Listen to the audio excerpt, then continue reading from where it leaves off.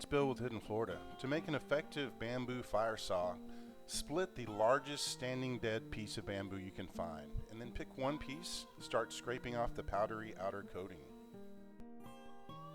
Once most of the powder has been removed, increase the pressure a little bit and you'll start to notice shavings building up on either side of your knife. Keep shaving until you have a pile about the size of a large egg. Then you need to process your tinder bundle. Rolling between your hands like this will increase the surface area.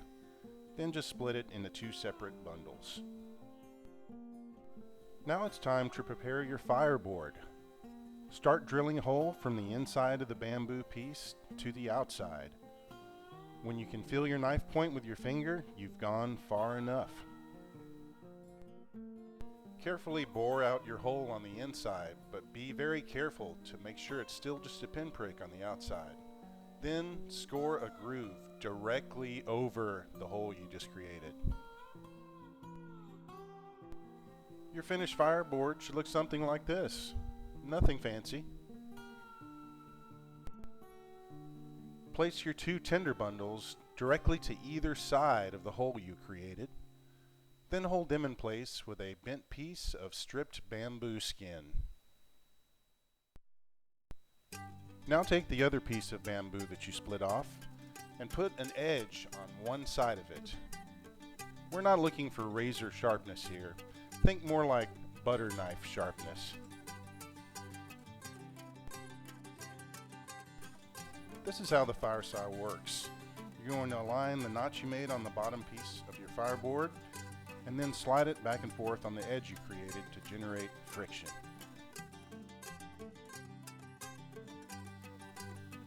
Brace one end of your saw in the ground, the other against your belt. Align the notch you made and slowly begin sawing.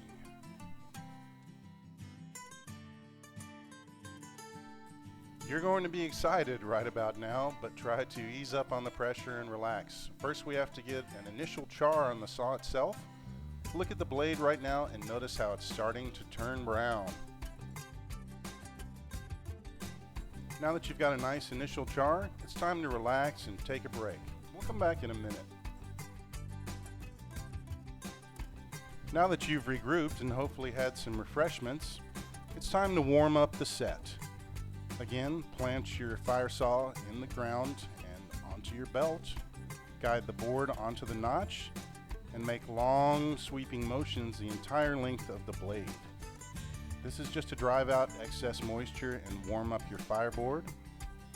Then you can speed up a little bit and increase pressure a little bit to start accumulating hot dust, which will eventually ignite to form your ember. Once you start seeing smoke, it's time to go for a coal. Increase your pressure and speed, but decrease your stroke, centering around the area where it seems to be dragging the most. Once your board is smoking on its own, you have achieved a viable ember. Just in case, let's aerate this one a little bit.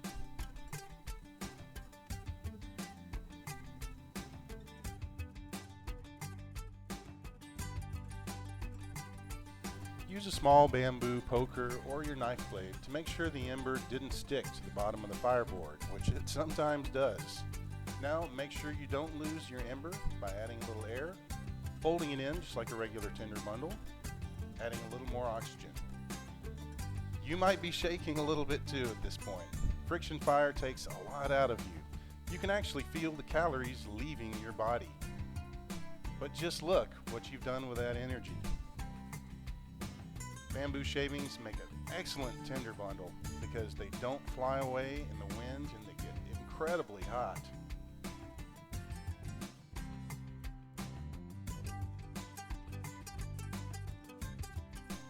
Skip to a couple minutes later and look how much heat and energy is still contained in this dead looking ember. The fire saw is an excellent friction fire tool for humid climates. Just make sure to keep it aerated or you can lose the coal.